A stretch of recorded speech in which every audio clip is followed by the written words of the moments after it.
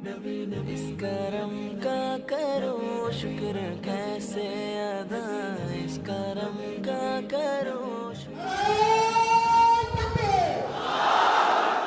ইসলামী বিশ্ববিদ্যালয় কুষ্টিয়া কর্তৃক আয়োজিত আজকের এই সিরাত অনুষ্ঠানের সম্মানিত সভাপতি, সম্মানিত শিক্ষকবৃন্দ আছেন, আমার প্রাণপ্রিয় শিক্ষার্থীবৃন্দরা, ইসলামী বিশ্ববিদ্যালয় ইসলামকে ধারণ করবে, ইসলামী বিশ্ববিদ্যালয় ইসলাম চর্চা হবে, এটাই স্বাভাবিক। দুর্ভাগ্য আমাদের, আমরা ইসলামী বিশ্ববিদ্যালয়ের মতো প্রতিষ্ঠানেও ইসলাম চর্চা করতে গিয়ে বাধাগ্রস্ত হতে হয়। আমি কোনো এক ইসলামী বিশ্ববিদ্যালয়ের প্রোগ্রামে যখন আমাকে বসিয়ে রেখে মিউজিকের উপস্থাপন করা হয়েছে, আমি সেখানে কর্তৃপক্ষের সামনে বিনয়ের সাথে প্রতিবাদ করেছি এবং বলেছি, প্রতিষ্ঠানের নামের মধ্যে যখন ইসলাম রেখেছেন তাহলে কাজের মধ্যে এই দ্বিচারিতা কেন হবে? আলহামদুলিল্লাহ, দীর্ঘ প্রতীক্ষার পরে হলেও ইসলামী বিশ্ববিদ্যালয় তার আপন রূপে ফিরেছে এবং সেখানে ইসলাম চর্চা করা যাচ্ছে। মহান রব্বে কারিমের দরবারে সেজন্য শুকরিয়া জানাচ্ছি। আলহামদুলিল্লাহ, শুকরিয়া জানাচ্ছি মাননীয় ভিসি মহোদয় সহ সংশ্লিষ্ট সকলকে, যাদের অক্লান্ত পরিশ্রমে আজকের এই প্রোগ্রাম এই পর্যন্ত এসেছে। আল্লাহ রাব্বুল আলামিন আমাদের সবাইকে এখান থেকে আলো গ্রহণ করবার তৌফিক দান করুন। সম্মানিত উপস্থিতি, আমাকে যে বিষয়টিতে কথা বলতে বলা হয়েছে সেটি হলো বৈশ্বিক চ্যালেঞ্জ মোকাবেলায় রাসূলুল্লাহ সাল্লাল্লাহু আলাইহি ওয়াসাল্লামের সুন্নাহ। আল্লাহ রাব্বুল আলামিন বলেছেন, ওয়াযাক্কির ফাইন্না যিকরা তানফাউল মুমিনিন, তুমি স্মরণ করিয়ে দাও, কারণ স্মরণ করিয়ে দিলে ঈমানদারদের সেটা উপকার বয়ে আনে। প্রায় ১৫০০ বছর আগে যে মানুষটি পৃথিবীতে এসেছেন, পৃথিবী থেকে তিনি চলে যাওয়ার পর শত শত সহস্র বছর অতিক্রম হওয়ার পরও আজও তিনি প্রাসঙ্গিক। বিশেষ করে যখন আমরা কোনো সংকটে পড়ি, সেটা ব্যক্তি থেকে নিয়ে বৈশ্বিক পর্যায় পর্যন্ত, প্রত্যেকটা পর্যায়ে প্রতিটি সংকটে যাকে আমাদের সবচেয়ে বেশি স্মরণ হয় এবং যাকে স্মরণ করতে আমরা বাধ্য,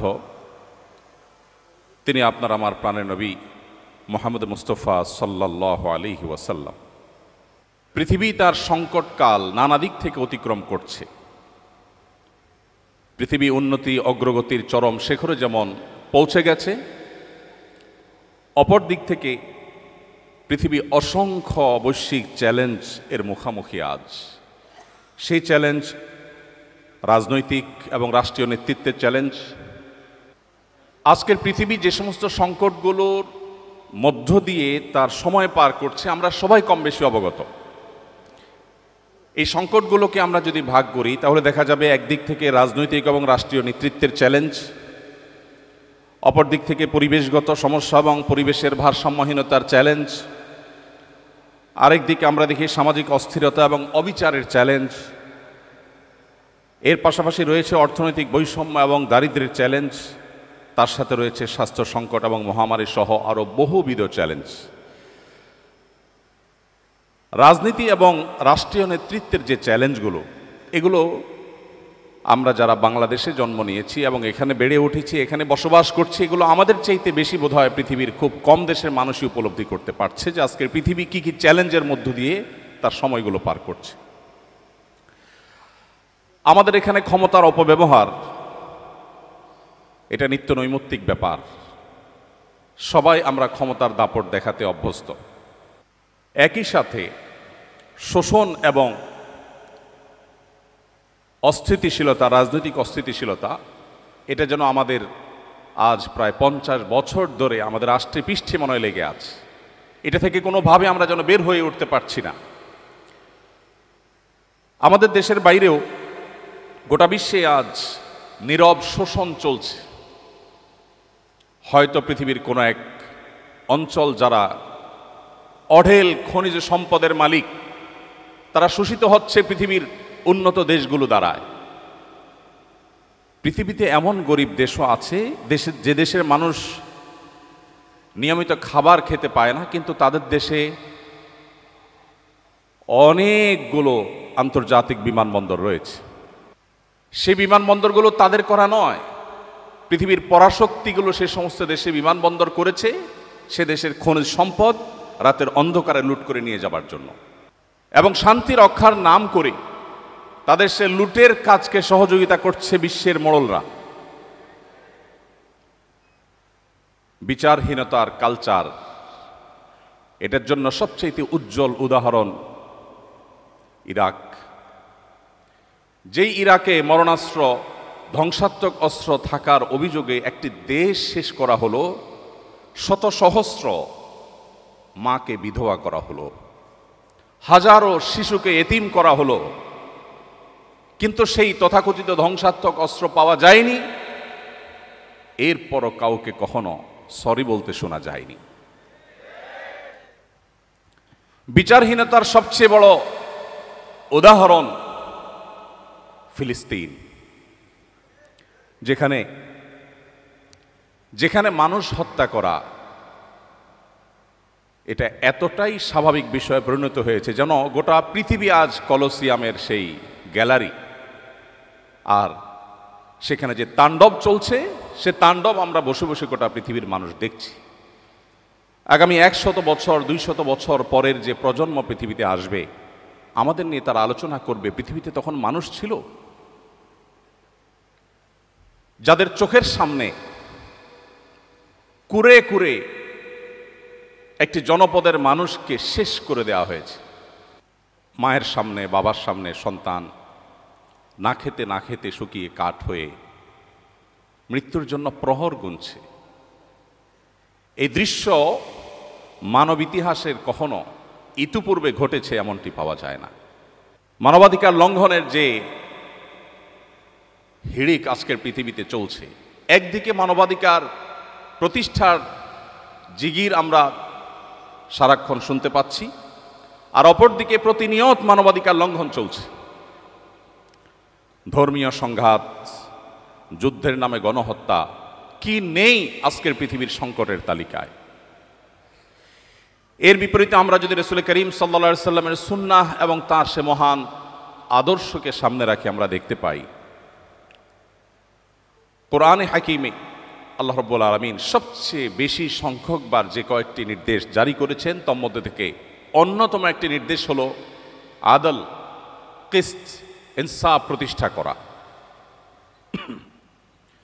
কোরআনে কারিমে শুধুমাত্র আদল শব্দটি বিভিন্নভাবে, এই মূলধাতু থেকে এই শব্দটি বিভিন্নভাবে কতবার ব্যবহৃত হয়েছে এ নিয়ে গবেষকদের মধ্যে নানাবিধ মত পাওয়া যায়। অনেকে বলছেন 27 বার, অনেকে বলছেন 29 বার, কমপক্ষে 19 বার।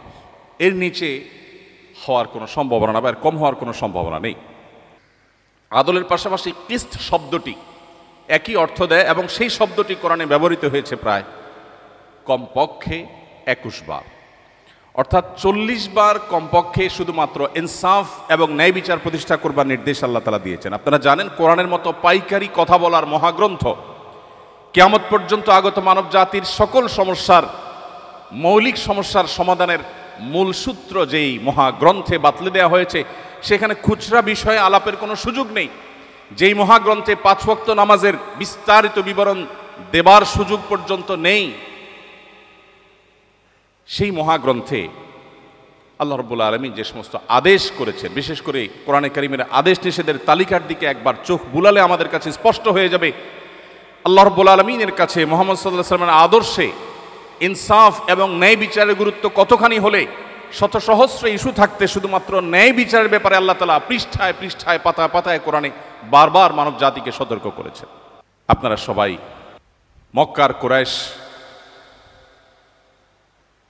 এবং মদিনার ইহুদিদের ষড়যন্ত্র সম্পর্কে অনেক ভালো করেই জানেন। মদিনার নবী করিম সাল্লাল্লাহু আলাইহি সাল্লাম তাকে ইনসাফের পথ থেকে বিচ্যুত করবার জন্য হেন কোনো চেষ্টা নেই যেটা করা হয়নি। ফাতেমা নামে এক নারীর চুরি করার পর যখন ধরা পড়ে, আল্লাহর নির্দেশ অনুপাতে যখন তার কোরআনের বিচার প্রতিষ্ঠা করবার নির্দেশ জারি করেছেন নবী করিম সাল্লাল্লাহু আলাইহি সাল্লাম, তখন সম্ভ্রান্ত পরিবারের নারী হওয়ার কারণে তাকে বাঁচাবার জন্য নানাবিধ প্রচেষ্টা হয়েছে। আপনারা জানেন ওসামা ইবনে যায়েদ রাদিয়াল্লাহু তাআলা আনহু নবী করিম সাল্লাল্লাহু আলাইহি ওয়াসাল্লামের অত্যন্ত স্নেহের মানুষ ছিলেন, ছোট মানুষ ছিলেন, যাকে নবীজি অনেক ভালোবাসতেন। তাকে সবাই ঠিক করলো যে তুমি গিয়ে নবীজিকে বলো যে তার শাস্তিটা মওকুফ করে দেওয়া যায় কিনা।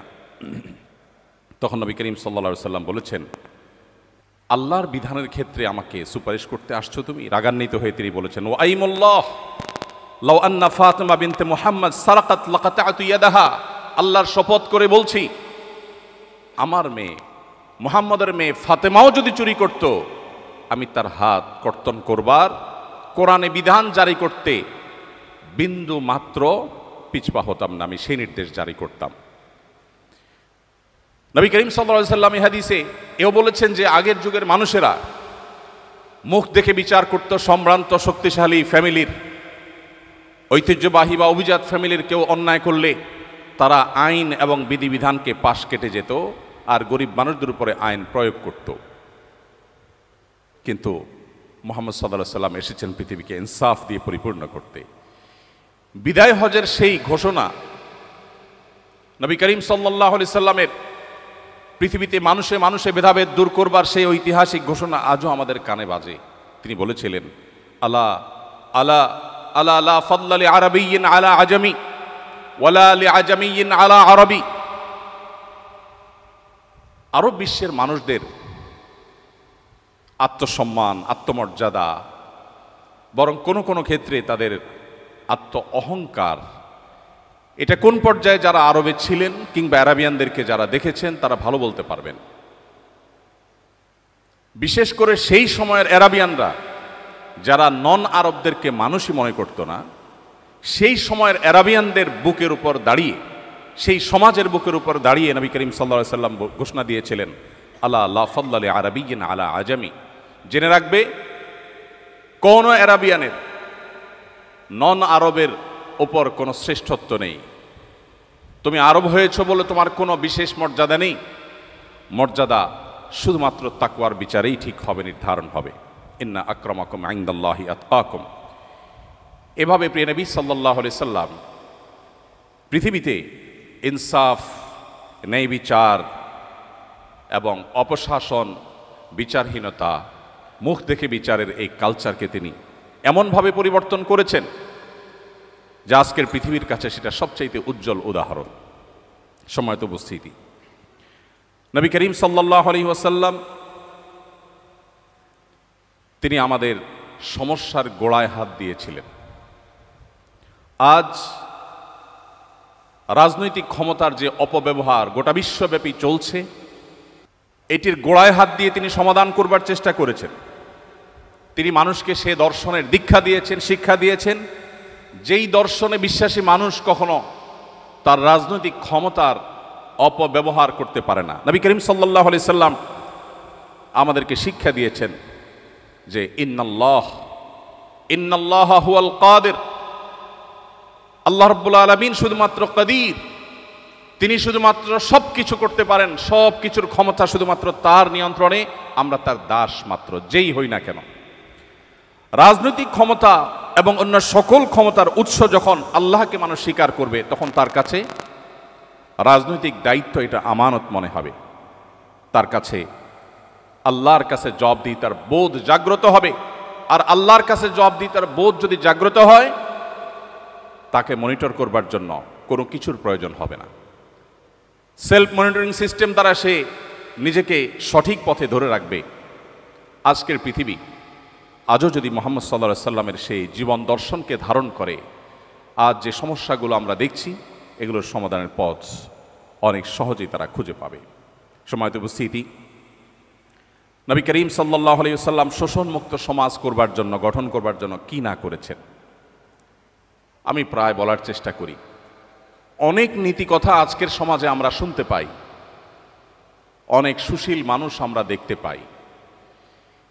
এমন মানুষ কি পৃথিবীতে আমরা একজনও দেখাতে পারবো যিনি নিজের জন্য যে জামা কিনেন, নিজের গাড়ির ড্রাইভারের জন্য সেম জামা কিনেন, নিজের বাচ্চার জন্য যে জামাটা কিনেছেন, নিজের বাসার কাজের বুয়ার বাচ্চাটার জন্য গিফট হিসাবে যে জামা কিনবেন, সে একই জামা কিনেছেন, এরকম মানুষ পৃথিবীতে আমরা একজনও আছি কিনা আমি জানি না। কিন্তু মুহাম্মদ সাল্লাল্লাহু আলাইহি সাল্লাম সেই মানুষ যিনি বলেছেন ইখওয়ানুকুম খাওয়ালুকুম, তোমাদের অধীনস্থ মানুষেরা তোমাদেরই ভাই, তাদেরকে তোমাদের সাথে বসে খাওয়াও, তোমরা যা খাও তাদেরকে তাই খাওয়াও, তোমরা যা পরো তাদেরকে তাই পরিধান করাও। প্রিয় ভাইরা আমার, তিনি শুধুমাত্র নীতিবাক্য বলে ক্ষান্ত হননি, তিনি যা বলেছেন তার প্রতিটি কথাকে তিনি বাস্তবায়ন করে গেছেন। পৃথিবীর অন্য সব দার্শনিক, অন্য সব ব্যক্তিবর্গের সাথে তার পার্থক্যের জায়গাটা এখানে। তিনি শুধুমাত্র নীতিবাক্য দিয়ে যাননি, প্রতিটি বিষয়কে তিনি নিজে করে দেখিয়েছেন, তার প্রমাণ তিনি তার সমাজে প্রতিষ্ঠিত করেছেন এবং বিশ্ববাসীর কাছে তিনি উদাহরণ হয়েছেন। এই জন্য আল্লাহ বলেছেন, লাকাদ কানা লাকুম ফি রাসূলিল্লাহি উসওয়াতুন হাসানাহ। উসওয়া শব্দের অর্থ হলো অনুপম, তুলনাহীন। আল্লাহর রাসূলের মধ্যে রয়েছে তোমাদের জন্য এমন আদর্শ, যে আদর্শ তোমরা আর কোথাও খুঁজে পাবে না। পৃথিবীতে কোনো মনীষী পাওয়া কঠিন হবে, তিনি যত বড় মহানই হন না কেন, যে তার বাসার অধীনস্থ কাজের লোকদের জন্য সেই পোশাক কিনবেন যে পোশাক তার গায়ে থাকবে। একই গাড়িতে চলবেন, ড্রাইভার এবং তার পোশাকে কোনো পার্থক্য থাকবে না। একই জামা, একই ব্র্যান্ডের, হয়তো একই কালারের জামা তিনি পরবেন এবং পরাতে দিবেন। এত মহান মানুষ পৃথিবীতে মুহাম্মদ সাল্লাল্লাহু আলাইহি সাল্লাম ছাড়া আর কাউকে পাওয়া সম্ভব নয়। সম্মানিত উপস্থিতি, শোষণমুক্ত সমাজ গড়ে তোলার জন্য শ্রমিকের অধিকার নিয়ে কি না করেছেন তিনি। পৃথিবী বলছে শ্রমিকের অধিকার দাও, নবীজি বলছেন না, হয়নি। শ্রমিকের অধিকার দেওয়া নয়, ঘাম শুকাবার আগে দিতে হবে।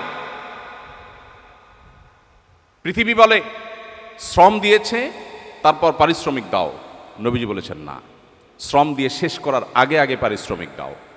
সৌদি আরবের সরকারিভাবে এবং বেসরকারিভাবেও, আমি 10 বছর সৌদি আরবে ছিলাম, সে সুবাদে আমি জানি, সেখানে স্যালারি ইস্যু হতো। এখন কি চলছে বা কি আছে আমি জানি না, বাকি আমি 2009 থেকে 18 এই সময়ের কথা বলছি। 10 বছর আমি নিজে এর উপকারভোগী এবং আমি দেখেছি যে সেখানে হিজরি সন অনুপাতে স্যালারি ইস্যু হয়ে থাকে। সরকারি বেসরকারি সমস্ত প্রতিষ্ঠানগুলোতেই, প্রায় বেশিরভাগ প্রতিষ্ঠানগুলোতেই আমি দেখেছি যে মাসের 25, 26, 27 তারিখের মধ্যে স্যালারি ইস্যু হয়। ওই যে নবীজি বলেছেন ঘাম শুকাবার আগে, এজন্য মাস শেষ হওয়ার আগে তারা স্যালারি ইস্যু করে। সম্মানিত উপস্থিতি, মুহাম্মদ সাল্লাল্লাহু আলাইহি সাল্লাম যে জীবন দর্শন আমাদের কাছে রেখে গেছেন, তার সে জীবন দর্শন আজকের পৃথিবীর যাবতীয় রাজনৈতিক এবং রাষ্ট্রীয় নেতৃত্বের যত সংকট আছে সেগুলো দূর করবার জন্য সবচাইতে কার্যকর এবং সবচাইতে বাস্তবসম্মত। আজকের পৃথিবীতে অনেক নসিহা, পরমত সহিষ্ণুতার বিষয়ে, সংখ্যালঘুদের অধিকারের বিষয়ে আমরা শুনতে পাই। যদিও নসিহার মধ্যেই সেটি সীমাবদ্ধ থাকে, আমরা দেখি বাস্তবে তার উল্টো। পৃথিবীর উন্নত অনেক দেশ আছে, যে দেশগুলো আমাদের দেশে তথাকথিত সংখ্যালঘু নির্যাতনের কথা বলে আমাদেরকে চাপের মধ্যে রাখে। যদিও পৃথিবীতে সংখ্যালঘুদের অধিকারের ব্যাপারে বাংলাদেশের মানুষের মতো সচেতন, বাংলাদেশের মানুষের মতো সতর্ক এবং দায়িত্বশীল মানুষ পৃথিবীতে, পরের কথা, আমাদের সাবকন্টিনেন্টের আশেপাশের কোনো দেশের মধ্যেও নেই। আমি চট্টগ্রাম হাটাজারি মাদ্রাসায় পড়েছি। হাটাজারি মাদ্রাসায় যদি আপনি যান, আপনি দেখতে পাবেন এখনো 100 বছর ধরে ঠিক মাদ্রাসার মসজিদের ওয়াল ঘেঁষে সামান্য কয়েক মিটার দূরেই একটি মন্দির আছে। এই 100 বছরের ইতিহাসে কোনোদিন মন্দির থেকে একটি ইট মসজিদে যায়নি, মসজিদ থেকে একটা ইট মন্দিরে আসেনি। এর নাম বাংলাদেশ। সেই বাংলাদেশের মানুষকে সংখ্যালঘুদের অধিকার শেখাতে যারা আসে, তাদের চরিত্র আমরা খুব ভালো করে জানি। মুসলমানদের সাথে মুস্কি হেসে কথা বলে মুসলমানদের ধ্বংসের যাবতীয় আয়োজন করার এই কারিগরেরা আমাদেরকে আজ সবক দিতে আসে সংখ্যালঘুদের অধিকারের ব্যাপারে। আমরা সেই নবীর উম্মত যে নবী আমাদেরকে শিখিয়েছেন।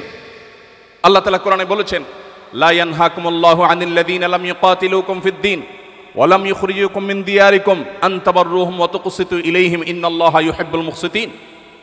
যে সমস্ত অন্য ধর্মাবলম্বী মানুষেরা তোমাদেরকে দেশান্তর করে দেয়নি, ধর্মযুদ্ধ চাপিয়ে দেয়নি, তোমাদের সাথে শান্তিপূর্ণ সহাবস্থান করছে, তোমরা তাদের সাথে সদাচরণ করতে, ন্যায়নিষ্ঠ আচরণ করতে আল্লাহ তোমাদের নিষেধ করেন না, বরং আল্লাহ তাআলা ন্যায়নিষ্ঠ আচরণকারীকে ভালোবাসেন। আমরা সেই ধর্মের অনুসারী, আমরা সেই নবীর উম্মত যার প্রতি আয়াত নাজিল হয়েছে।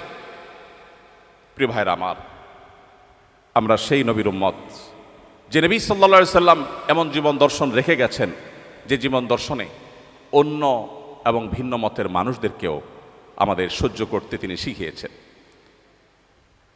তার ঐতিহাসিক মদিনা সনদের কথা আমরা কে না জানি, যে মদিনা সনদ আজও গোটা বিশ্বের মানুষের কাছে সবচেয়ে বড় রোল মডেল। ভিন্ন ধর্মের মানুষদেরকে কিভাবে অ্যাকোমোডেট করে একটি শান্তিপূর্ণ সমাজ গড়বার উদ্যোগ নিতে হয়, নবী করিম সাল্লাল্লাহু আলাইহি সাল্লামের এই সিদ্ধান্ত রাজনৈতিক অঙ্গনে সবচেয়ে বড় এবং সবচেয়ে পুরাতন মডেল।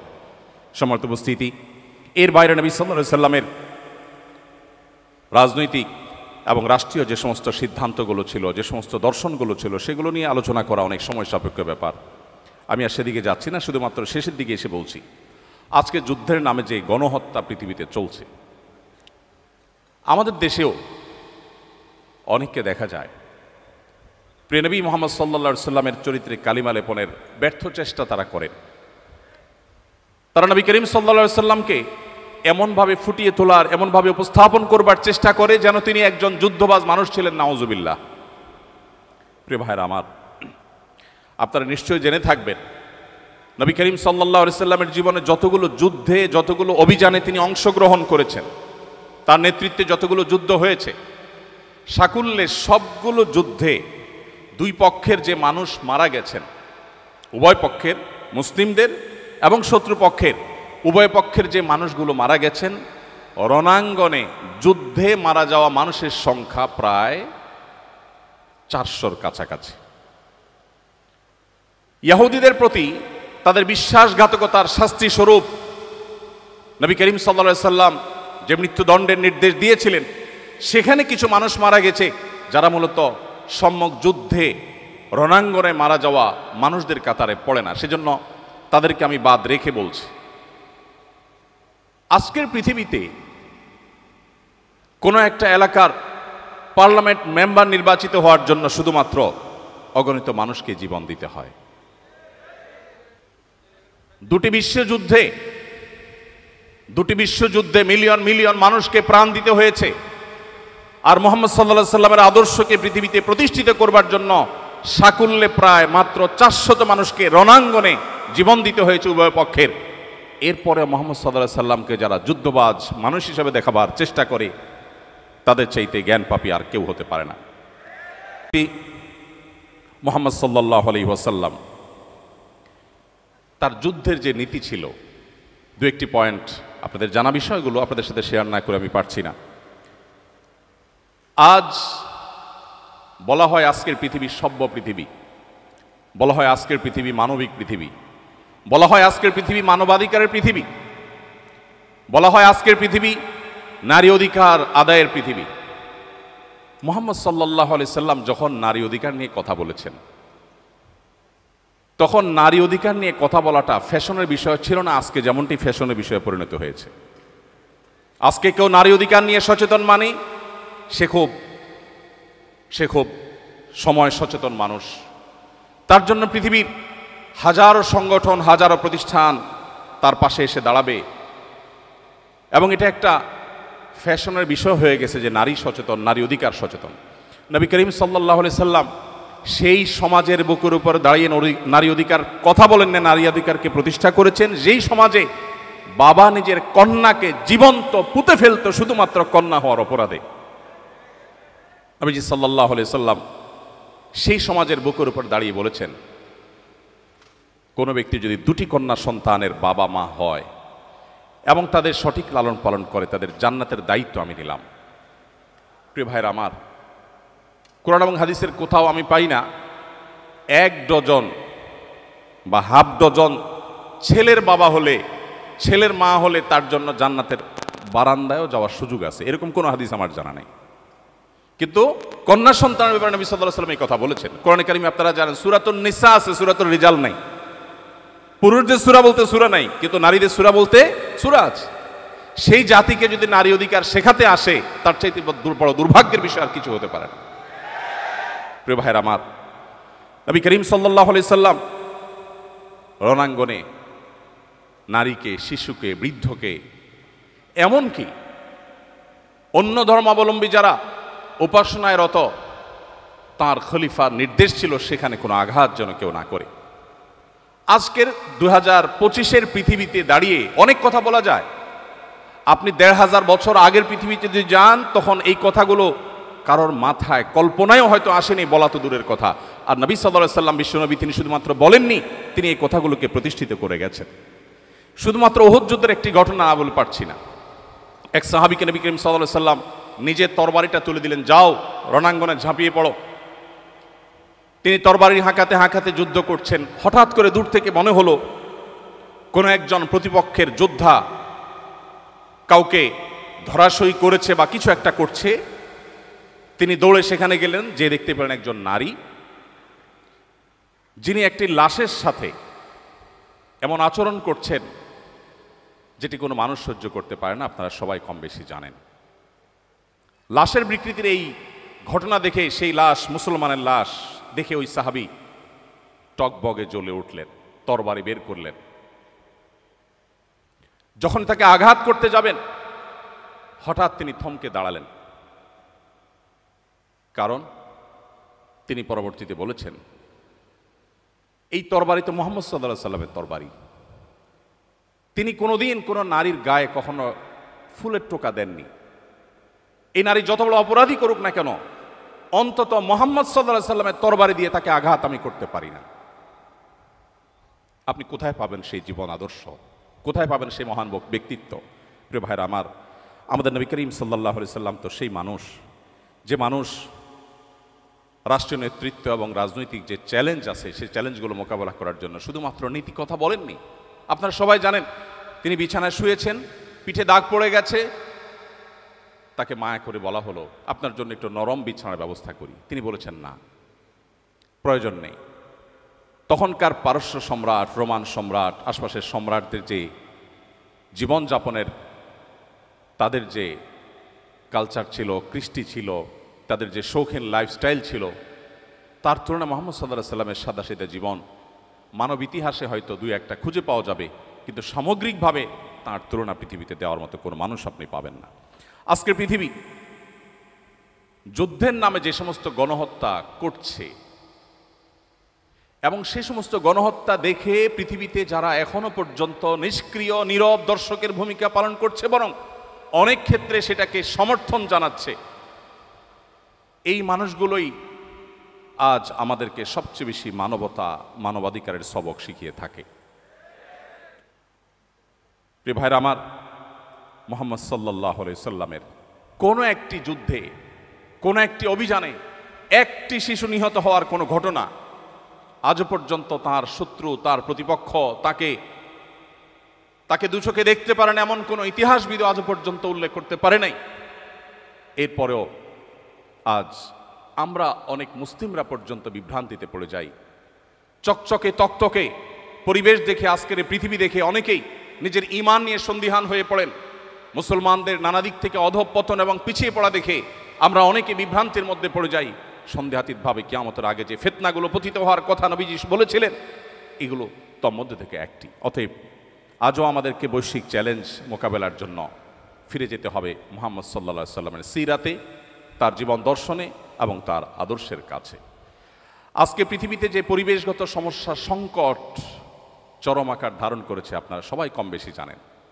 আপনি ইউরোপে, আমেরিকাতে, পশ্চিমে গেলে নিশ্চয়ই দেখবেন যে পরিবেশ বান্ধব করার জন্য তাদের হেন কোনো চেষ্টা নাই, তারা করছে না। অথচ উন্নতির নামে, জীবনকে সহজ করবার নামে মানব সভ্যতার ধ্বংস ডেকে আনতে পারে এরকম বহুবিধ কাজ আমরা করেছি। এখন সেই আমরা আজ পরিবেশের ভারসাম্যহীনতাকে দূর করবার জন্য আমরা সংগ্রাম করে চলেছি। পানির অপচয়, এটা তো এখন ফ্যাশনের ব্যাপার। আমরা যারা নিজেদেরকে মুসলমান বলছি, মুহাম্মদ সাল্লাল্লাহু আলাইহি সাল্লামের আদর্শ অনুসারে বলছি, আমরা ওযু করতে যে পরিমাণ পানি, ট্যাপের পানি ব্যবহার করে থাকি, শুধু সেই পানিটাকে একত্র করলে দেখা যাবে ওই পানি দিয়ে মুহাম্মদ সাল্লাল্লাহু আলাইহি সাল্লাম বহুবার গোসল সম্পন্ন করতেন। তার গোসলে কি পরিমাণ পানি লাগতো হাদিসে সেটা এসছে, নিশ্চয়ই আপনারা জানেন। তিনি ওযুতে কি পরিমাণ পানি ব্যবহার করতেন, কতটুকু পানি বরাদ্দ করতেন, সেটাও হাদিসে এসেছে। আমাদের ওযুতে, বিশেষ করে ট্যাপ ছেড়ে দিয়ে যখন আমরা ওযু করি যে পরিমাণ পানি ব্যবহার করি, তার বহুবার গোসলেও এত পানি দরকার হতো না। নবী করিম সাল্লাল্লাহু আলাইহি সাল্লাম পানি অপচয় সম্পর্কে যখন নিষেধাজ্ঞা আরোপ করেছেন, সতর্ক করেছেন, কেউ যখন বলল হে আল্লাহ রসুল, আমরা যখন সমুদ্রে থাকি, নৌকায় বা জাহাজে থাকি, তখনও কি পানি ব্যবহারের সময় আমাদেরকে হিসেব করতে হবে? সেখানে তো পানির কোনো অভাব নেই। নবীজি বলেছেন হ্যাঁ, সেখানেও তোমাকে পানি ব্যবহারে মিতব্যয়ী হতে হবে। প্রিয় ভাইয়ের আমার, নবী করিম সাল্লাল্লাহু আলাইহি সাল্লামের প্রত্যেকটা বিষয়কে আমরা 2025-এর পৃথিবীতে বসে আলোচনা করছি, পর্যালোচনা করছি, কিন্তু আমাদের উচিত 1500 বছর আগের পৃথিবীতে ফিরে গিয়ে তারপর কল্পনা করা এবং মূল্যায়ন করা, পর্যালোচনা করা যে সেই সমাজের বুকে এটা বলাটা কেমন ছিল। আজকের পৃথিবী পরিবেশ দূষণ করে গোটা পৃথিবীকে বাস অযোগ্য করে ফেলেছে, আমরা করে ফেলেছি। এরপর আমরা এখন পরিবেশ রক্ষার কথা বলছি। মুহাম্মদ সাল্লাল্লাহু আলাইহি সাল্লাম যখন পরিবেশ রক্ষার পরে সচেতনতা সৃষ্টি করেছেন, তিনি যখন মানুষকে অ্যাওয়্যার করেছেন, মানুষকে সচেতন করেছেন, পৃথিবী পরিবেশের এই সংকটের মধ্যে ছিল না, আমরা সবাই কম বেশি জানি। তিনি বলেছেন, আপনারা সবাই নিশ্চয় জানবেন নবী সাল্লাল্লাহু আলাইহি সাল্লামের হাদিস, তোমার হাতে যদি কোনো গাছের চারা থাকে, এদিকে ইসরাফিল আলাইহিস সালামকে সিংহা ফুৎকার দিতে তুমি দেখো, যিনি সিংহা ফুৎকার দেওয়ার প্রস্তুতি নিয়েছেন, এখনই ফুৎকার দিবেন, যাতে গোটা পৃথিবী সৃষ্টি জগতের সব কিছু তোলার মতো উঠতে থাকবে, গাছপালা কিছুই থাকবে না। এরকম পরিস্থিতিতেও তোমার হাতে থাকা গাছের চারাটা তুমি রোপণ করে দাও। পৃথিবীর কোন মনীষী এমন অসাধারণ এবং এমন জীবনমুখী, বাস্তবমুখী শিক্ষা এবং নির্দেশনা দিয়েছেন? প্রিয় ভাইরা আমার, তিনি যখন আমাদেরকে বলেছেন ইয়াকুমুল জুলুস আলা তারিক, তোমরা কেউ পথে ঘাটে বসবে না, রাস্তায় বসবে না, রাস্তা দখল করবে না, তখন কিন্তু রাস্তায় যানজটের সমস্যা সৃষ্টি হয়নি। সেই 1500 বছর আগের পৃথিবীতে মক্কাতে মানুষই ছিল হাতে গোনা কয়েকজন। রাস্তায় যানজট হওয়ার কথা মানুষ স্বপ্নে কোনোদিন ভাবেও না যে রাস্তায় কোনোদিন যানজট হতে পারে। সেই সময় তিনি বলে গেছেন ইয়াকুমুল জুলুস আলা তারিক, তোমরা কেউ রাস্তা দখল করতে যাবে না, খবরদার। আজ ঢাকা শহরে যখন ফুটপাত দখলের মহোৎসব চলে, রাস্তাঘাট দিয়ে আমরা চলাফেরা করতে যখন পারি না, অসুবিধা তৈরি হয়। এই হাদিসকে সামনে রাখলে মনে হয় নবীজি মনে হয় আজকে আমাদের ঢাকা শহরকে লক্ষ্য করে, আমাদেরকে লক্ষ্য করে মনে হয় হাদিস বলেছেন, অথচ তিনি বলেছেন 1450 বছর আগে। প্রিয় ভাইরা আমার, এই জন্য আজকের পরিবেশ সংশ্লিষ্ট যত সংকট আছে সেগুলো মোকাবেলার জন্য নবী সাল্লাল্লাহু আলাইহি সাল্লামের আদর্শের চর্চার কোনো বিকল্প নেই। একটি বিষয় আমি বিশেষভাবে উল্লেখ করতে চাই, হাদিসটি আমরা সবাই কম বেশি জানি। নবী সাল্লাল্লাহু আলাইহি সাল্লাম বলেছেন ঈমানের 70 শাখা আছে, আদনাহা ইমাতাতুল আযা আনিত তারিক, ঈমানের সবচেয়ে সাধারণ শাখা হলো পথ পরিষ্কার করা। পথ পরিষ্কার করা ঈমানের অঙ্গ।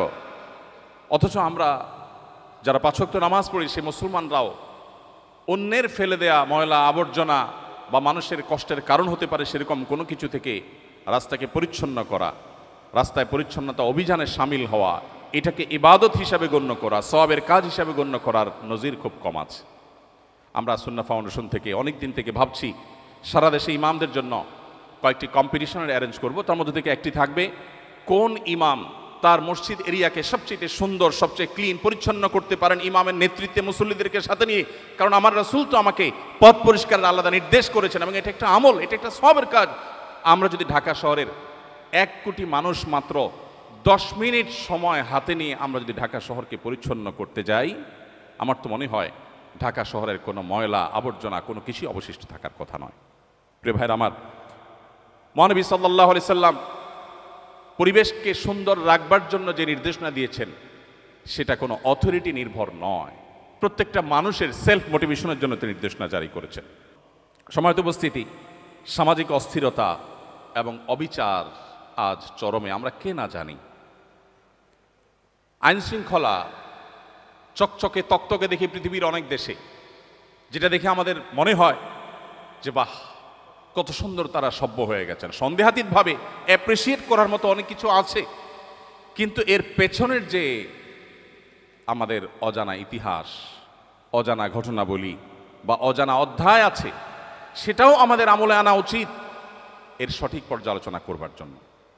আজ পৃথিবীর সবচেয়ে উন্নত অংশ মনে করা হয় যে দেশ বা যে দেশগুলোকে, সেখানে বর্ণবাদ এখনো এতটা শক্তিশালী যে এখনো পর্যন্ত কৃষ্ণাঙ্গদেরকে দিনের আলোতে পায়ের নিচে পাড়া দিয়ে মেরে ফেলা হচ্ছে, গোটা পৃথিবী দেখছে। এখনো প্রতিনিয়ত শুধুমাত্র ভিন্ন বর্ণের হওয়ার কারণে নানা রকম বৈষম্যের শিকার হতে হচ্ছে।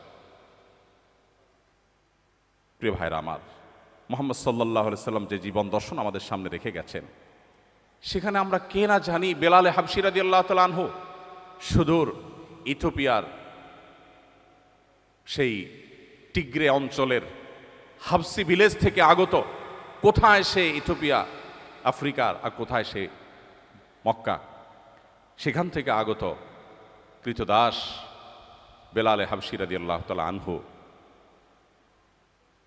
তাকে এত মর্যাদা মুহাম্মদ সাল্লাল্লাহু আলাইহি সাল্লাম দিয়েছেন যে তাকে তিনি তার মুয়াজ্জিন ঘোষণা করেছেন। নবীজির সময়কার মুয়াজ্জিন আর আজকে আমাদের সমাজের মুয়াজ্জিন এক নয়। আমরা জানি আমাদের সমাজে মুয়াজ্জিন খুবই সাধারণ একজন মানুষ হয়ে থাকেন, সমাজে তার তেমন কোনো মর্যাদা থাকে না। মুহাম্মদ সাল্লাল্লাহু আলাইহি সাল্লামের সমাজের মুয়াজ্জিন ছিলেন সানি ইমাম, ইমামের পর যার মর্যাদা, আর ইমাম যিনি রাষ্ট্রনায়ক তারপরে যার অবস্থান, তার মর্যাদা কতখানি থাকতে পারে তা বলার অপেক্ষা রাখে না। যে মানুষটিকে মক্কার মানুষেরা নির্যাতন নিষ্পেষণ করেছিল, মুহাম্মদ সাল্লাল্লাহু আলাইহি সাল্লাম তাকে সে মর্যাদা দিয়েছেন। সম্মানিত ভাইরা, বর্ণ বৈষম্য দূর করবার জন্য নবী করিম সাল্লাল্লাহু আলাইহি সাল্লাম বিদায় হজের ভাষণে বারবার করে বিভিন্ন অ্যাঙ্গেল থেকে মানুষকে সতর্ক করেছেন, সচেতন করেছেন।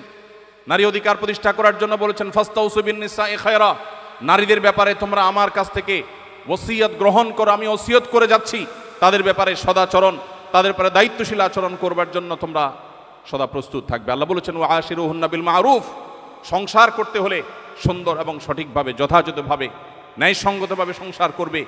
খবরদার তাদেরকে সংসারে আটকে রেখে বৈবাহিক জীবনে তাদেরকে আবদ্ধ করে রেখে জুলুম করবে, সেই ইখতিয়ার তোমাকে দেওয়া হয়নি। সম্মানিত ভাইরা, আজ বর্ণবাদের বিরুদ্ধে হয়তো সবাই কথা বলবে, কিন্তু মুহাম্মদ সাল্লাল্লাহু আলাইহি সাল্লাম শুধু কথা বলেন নাই, তিনি বেলাল হাবশীকে এমন জায়গায় বসিয়েছেন যে জায়গায় বসানোর ফলে সমাজের কেউ বর্ণবাদ নিয়ে টু শব্দ করবার মতো সাহস দেখায়নি। আজও পৃথিবীতে অনেক কৃষ্ণাঙ্গকে সম্মানজনক জায়গায় বসানো হয়, ক্ষমতার আসনে বসানো হয়, কিন্তু তার পেছনের ইতিহাস হলো রন্ধ্রে রন্ধ্রে বর্ণবাদ, রন্ধ্রে রন্ধ্রে বৈষম্য নানাভাবে সেখানে বিরাজ করছে। সম্মানিত ভাইরা, নবী করিম সাল্লাল্লাহু আলাইহি সাল্লামের বিদায় হজের ভাষণ শুধুমাত্র যদি আমরা আলোচনা করি, পর্যালোচনা করি, তাহলে বোধ হয় সেটা আলোচনা করে শেষ করা কঠিন হবে। তিনি ন্যায় এবং মানবিক এক পৃথিবী গড়ে তুলেছিলেন। তার পৃথিবীতে, তার সমাজে, তার আদর্শের মধ্যে যারা গড়ে উঠেছেন, তার নেতৃত্বে যারা গড়ে উঠেছেন, বেড়ে উঠেছেন, মানব ইতিহাসে ইনসাফের যে উদাহরণ তারা তৈরি করেছেন, এটা বোধ হয় মানব ইতিহাসে আর কখনো ফিরে আসবে না। আজকের পৃথিবী আবার যদি তাকে চর্চা করে, তাকে অনুসরণ করে, আজকে যে সামাজিক অস্থিরতা আমরা দেখতে পাচ্ছি, যে অবিচার দেখতে পাচ্ছি, সেটা পরিপূর্ণভাবে নির্মূল করা সম্ভব। সম্মানিত উপস্থিতি, নবীজি সাল্লাল্লাহু আলাইহি সাল্লামের জীবনের কোন অধ্যায় রেখে কোন অধ্যায় নিয়ে আমরা কথা বলবো? তিনি যখন মক্কা বিজয় করলেন, যে মানুষগুলো মক্কা থেকে তাকে চরম অপমানিত করে, লাঞ্ছিত করে, কষ্ট দিয়ে বিদায় করেছে, বিতাড়ন করেছে, তিনি যখন মক্কায় ফিরে আসলেন, তিনি সেই মানুষ যিনি বললেন লা তাসরিব আলাইকুমুল ইয়াউম, আজ তোমাদের কাছ থেকে কোনো প্রতিশোধ গ্রহণ করা হবে না, সবাইকে সাধারণ ক্ষমা ঘোষণা করা হলো। উল্লেখযোগ্য কোনো রক্তপাত ছাড়াই তিনি মক্কা বিজয় করলেন। যে বিশাল বহর নিয়ে তিনি এসেছেন মক্কা বিজয়ের সময়, সে বহর দেখে মক্কার মুশরিকেরা সবাই ভড়কে গিয়েছিল। না জানি আজকে কি ম্যাসাকারটা হয়ে যায়। ধৈর্য এবং সহিষ্ণুতার যে উদাহরণ তিনি রেখেছেন, সেটা শুধুমাত্র তার কথার মধ্যে নয়, তার কাজের মাধ্যমে তিনি বাস্তবায়ন করেছেন। আজকের পৃথিবীতে সেজন্য কথার ফুলজুড়ি নয়, বাস্তব উদাহরণ হওয়া মানুষদের জীবনী আমাদের চর্চা করতে হলে মুহাম্মদ সাল্লাল্লাহু আলাইহি সাল্লামকে সর্বাগ্রে আমাদেরকে চর্চা করতে হবে, অধ্যয়ন করতে হবে। আজকের যে অর্থনৈতিক বৈষম্য এবং দারিদ্র্যের চ্যালেঞ্জ আজকের পৃথিবীতে আমরা দেখতে পাচ্ছি, বেকারত্ব, ভোগবাদ মানুষকে কুরে কুরে খাচ্ছে, ধ্বংসের শেষ প্রান্তে নিয়ে যাচ্ছে, আমরা সম্পদের অসম বন্টন দেখতে পাচ্ছি। এই সব কিছু থেকে উদ্ধারের জন্য মুহাম্মদ সাল্লাল্লাহু আলাইহি সাল্লামের সেই জীবন দর্শনে যেতে হবে, যে জীবন দর্শন মানুষকে আখিরাতমুখী করে, যে জীবন দর্শন মানুষকে ব্যবসায়ী করে, মানুষকে উদ্যোক্তা হিসাবে গড়ে তোলে, কিন্তু সেটা মানব কল্যাণে, ভোগের জন্য নয়। প্রিয় ভাইরা আমার, মক্কা থেকে হিজরত করে আসা সাহাবীরা যখন মদিনায় আসলেন, অনেক বড় সংকট সেখানে তৈরি হতে পারত। আজকে আমাদের দেশে আমাদের নির্যাতিত রোহিঙ্গা ভাই বোনেরা যারা আমাদের দেশে আশ্রয় নিয়েছেন, তারা যদি আমাদের সমাজের সাথে পুরোপুরি মিশে যেতেন, তাহলে নানাবিধ অসুবিধা, বিশেষ করে কালচারাল সমস্যা হয়তো তৈরি হতে পারত। নবী করিম সাল্লাল্লাহু আলাইহি সাল্লাম মক্কা থেকে আসা, হিজরত করে আসা মুহাজির সাহাবীদেরকে মদিনায় যখন আসলেন, যাতে কোনো রকম সামাজিক কালচারাল ক্রাইসিস তৈরি না হয়, সেজন্য তিনি ঐতিহাসিক মুআখাত, পৃথিবীর ইতিহাসে পৃথিবীবাসীকে নতুন এক বিষয়ের সাথে পরিচয় করালেন। সেটা হলো যে মুহাজির এবং আনসার সাহাবীদের মধ্যে প্রত্যেকটা পার্সন টু পার্সন ভ্রাতৃত্বের বন্ধন তিনি গড়ে দিলেন। কমনলি বলা এক জিনিস, আর একজন মুহাজিরের সাথে একজন আনসারের সাথে ভাই হিসাবে একটা বন্ধন তিনি সেখানে সংযুক্ত করলেন এবং প্রত্যেকের ভাই হিসাবে তিনি স্টাবলিশ করলেন। এবং একটি অনাকাঙ্ক্ষিত ঘটনা মুহাজির এবং আনসারের সাথে, উল্লেখযোগ্য একটি অনাকাঙ্ক্ষিত ঘটনা তিনি ঘটতে দেননি। একবার একজন মুহাজির এবং আনসারের সাথে পানি নেওয়া নিয়ে একটু বাদানুবাদ হওয়ার পর একজন যখন তার সোজা দিকে, হে আমার আনসারি ভাইরা, তোমরা কোথায় আসো, এই মুহাজির ব্যক্তি আমাকে আঘাত করেছে, এরকম কিছু একটা যখন তিনি ডাক দিলেন, নবী সাল্লাল্লাহু আলাইহি সাল্লাম দীপ্ত কণ্ঠে বললেন, মালি, কি হলো আমার, যে তোমাদের কণ্ঠে আমি জাহিলি যুগের আহ্বান শুনছি। এগুলো জাহিলি যুগের আহ্বান, জাতিগত আহ্বান ডেকে সংঘাত সৃষ্টি করা, দাঙ্গা সৃষ্টি করা, মারামারি হানাহানি সৃষ্টি করা, এগুলো জাহিলি যুগের স্বভাব। দাউহা ফাইন্নাহা মুনতিনা, এগুলোকে তোমরা পরিত্যাগ করো, পরিহার করো, ছুঁড়ে ফেলে দাও, এগুলো দুর্গন্ধযুক্ত। মানুষের মধ্যকার বৈষম্য দূর করে অর্থনৈতিক সংকট মোকাবেলা করার ক্ষেত্রে মুহাজির সাহাবীরা যখন মদিনায় এসেছেন, তখন তাদের হাতে কিছুই নেই, তারা রিক্ত হস্তে খালি হাতে এসেছেন। এতগুলো মানুষ মদিনা থেকে এসেছেন খালি হাতে, মক্কা থেকে এসেছেন খালি হাতে মদিনাবাসী, তাদের জন্য এই মানুষগুলো বোঝা হয়ে যেতে পারত। নবী করিম সাল্লাল্লাহু আলাইহি সাল্লাম প্রত্যেকটা মুহাজির সাহাবীকে উদ্বুদ্ধ করলেন, যাও বাজারে যাও, ব্যবসা শুরু করো। সামান্য কিছু টাকা আনসারি ভাই থেকে ধার নিয়ে, পুঁজি নিয়ে, সে টাকা নিয়ে তারা উদ্যোক্তা হলেন, এন্টারপ্রেনার হলেন। তাদেরকে এন্টারপ্রেনারশিপের জন্য যে উদ্বুদ্ধ নবী সাল্লাল্লাহু আলাইহি সাল্লাম করেছেন, 1450 বছর আগের পৃথিবীতে সেটা সহজ বা স্বাভাবিক কোনো বিষয় নয়। সম্মানিত উপস্থিতি, আজকের পৃথিবীতে যে স্বাস্থ্য সংকট এবং মহামারী সংকট আছে, এই সংকটগুলো নিয়ে আমরা আজ সাফার করছি। রোগবালাই, অতিভোজন ইত্যাদির কারণে, নানা কারণে মানসিক চাপ, ডিপ্রেশন, মহামারীর বিস্তার। একদিকে আমরা দেখছি যে স্বাস্থ্য খাতে ব্যাপক উন্নতি হয়েছে, জ্ঞান বিজ্ঞানের যথেষ্ট অগ্রগতি হয়েছে, অনেক গবেষণা হচ্ছে, তার সুফলও আমরা পাচ্ছি, সেটা যেমন সত্য। এর পাশাপাশি আজ নানাবিধ ক্রাইসিস স্বাস্থ্য খাতে নতুন করে সৃষ্টি হয়েছে। এমন ব্যাধি ছড়িয়ে পড়ছে যেগুলো কোনোভাবে মানুষ মোকাবেলা করতে পারছে না। এগুলোর জন্য মানুষের হাতের কামাই দায়ী। আল্লাহ বলেছেন, যহারাল ফাসাদু ফিল বাররি ওয়াল বাহরি বিমা কাসাবাত আইদিন নাস, স্থলে জলে যত ব্যত্যয় সৃষ্টি হয়েছে, এর সবই মানুষের হাতের কামাই। সো এগুলো আমরাই সৃষ্টি করেছি। কোভিড-19 চলাকালীন সময়ে কোনো একটা টিভি চ্যানেল থেকে ক্যামেরা নিয়ে এসে আমাকে বলা হলো, স্বাস্থ্য সচেতনতার অংশ হিসাবে আপনি একজন আলেম হিসাবে, আপনি একজন সমাজকর্মী হিসাবে মানুষকে সচেতন করে বলুন যেন 20 সেকেন্ড ধরে মানুষ হাত ধোয়। তো আমার মনে পড়লো তখন যে পৃথিবী যখন কোভিড-19 পড়েছে, তখন পৃথিবী 20 সেকেন্ড ধরে হাত ধোয়ার গুরুত্ব বুঝেছে। আমার নবী করিম সাল্লাল্লাহু আলাইহি সাল্লাম তো 1500 বছর আগেই আমাকে বলেছেন, দিনে কমপক্ষে 5 বার উভয় হাত 3 বার করে ধোয়ার জন্য। 3 বার যদি একজন মানুষ তার 2 হাতকে ভালো করে ধোয় এবং দলে, আমার তো মনে হয় 20 সেকেন্ডের বেশি সময় ধরে ধোয়া হবে, ডলা হবে, এবং সেটা দিনে কমপক্ষে 5 বার, এর বেশিও হতে পারে। অতএব আজকের পৃথিবী সংকটে পড়ে যে সমস্ত সমাধানের কথা চিন্তা করে ভাবে, মুহাম্মদ সাল্লাল্লাহু আলাইহি সাল্লামের জীবন আদর্শে সেগুলো বহু আগে বলে দেওয়া আছে। অতএব আজকে যে আমাদের অতিভোজনের কারণে সমস্যা, যে সংকটে মুখোমুখি আমরা, এক সময় আমরা আমাদের ছেলেবেলা দেখেছি, দাওয়াত খেতে গেলে, কোথাও গেলে মানুষ সাধ্য, অবশ্য সেদে খাওয়ানো, এটা বাংলাদেশে মানুষের কালচার, যে মেহমান বাঁচলো কি মরল সেটা দেখার বিষয় না, খাওয়াতে হবে এবং নিজের পছন্দ মতো খাওয়াতে হবে। এখন মানুষ অনেক সচেতন, কেউ খেতে চায় না। যত বড় লোক খাবারের ব্যাপারে তত বেশি উনি সাবধান এবং সতর্ক। উনি খেতে চান না, এটা খাবেন না, ওটা খাবেন না, এটাতে ফ্যাট আছে, ওইটাতে তমুক আছে, ওইটাতে অমুক আছে, উনি ভেজিটেবল খাবেন, উনি ভেজিটেরিয়ান, ইত্যাদি ইত্যাদি ইত্যাদি। পৃথিবী অনেক বিপদের মুখোমুখি, সংকটের মুখোমুখি হয়ে যে জায়গায় এসেছে, মুহাম্মদ সাল্লাল্লাহু আলাইহি সাল্লাম বহু আগেই সেই জায়গায় তিনি ছিলেন। তিনি বলেছেন, পেটের 1 ভাগকে পানি দিয়ে পরিপূর্ণ করে, এক ভাগকে খাদ্য দিয়ে পরিপূর্ণ করে। এখন ডাক্তাররা আমাদেরকে বলছেন সালাদ খান, সবজি খান বেশি বেশি করে। তো নবীজি যে পানি দিয়ে পরিপূর্ণ করতে বলেছেন, আপনার সবজি বা সালাদ জাতীয় যে খাবারগুলো আছে এগুলো সবগুলোই তো পানি জাতীয় খাবার। তো নবীজি তো বলেছেন 1/3 সেগুলোকে বরাদ্দ রাখার জন্য, আর 1/3 সলিড খাবার দেওয়ার জন্য, আর 1/3কে খালি রাখার জন্য। তো নবীজির সেই কথায় আমরা এসেছি, কিন্তু বহুকাল পরে, বহু ক্রাইসিসের পরে। সময়ত উপস্থিতি এভাবে আজকের বৈশ্বিক চ্যালেঞ্জগুলো মোকাবেলার জন্য মুহাম্মদ সাল্লাল্লাহু আলাইহি সাল্লামের জীবন দর্শন, তার সুন্নাহ, সেগুলো যদি আমরা আলোকপাত করি তাহলে হয়তো আলোচনা করে শেষ করা যাবে না। প্রয়োজন সেগুলোর বাস্তবায়ন। আমার খুব কষ্ট হয়, দুঃখ হয় যখন কোনো অমুসলিম প্রধান দেশে যাই এবং সেখানে বেড়ে ওঠা শিশুরা, তরুণরা কখনো মিথ্যা বলে না, কখনো প্রতারণা করে না, কখনো তারা কাউকে ধোঁকা দেয় না, কারোর পারতপক্ষে ক্ষতি করে না। অন্য ধর্মাবলম্বী হয়েও যখন তারা এই সমস্ত গুণাবলী অর্জন করেছে এটি শুনতে পাই, তখন মুসলিম হিসাবে আমার লজ্জা হয়, অনুতাপ হয়।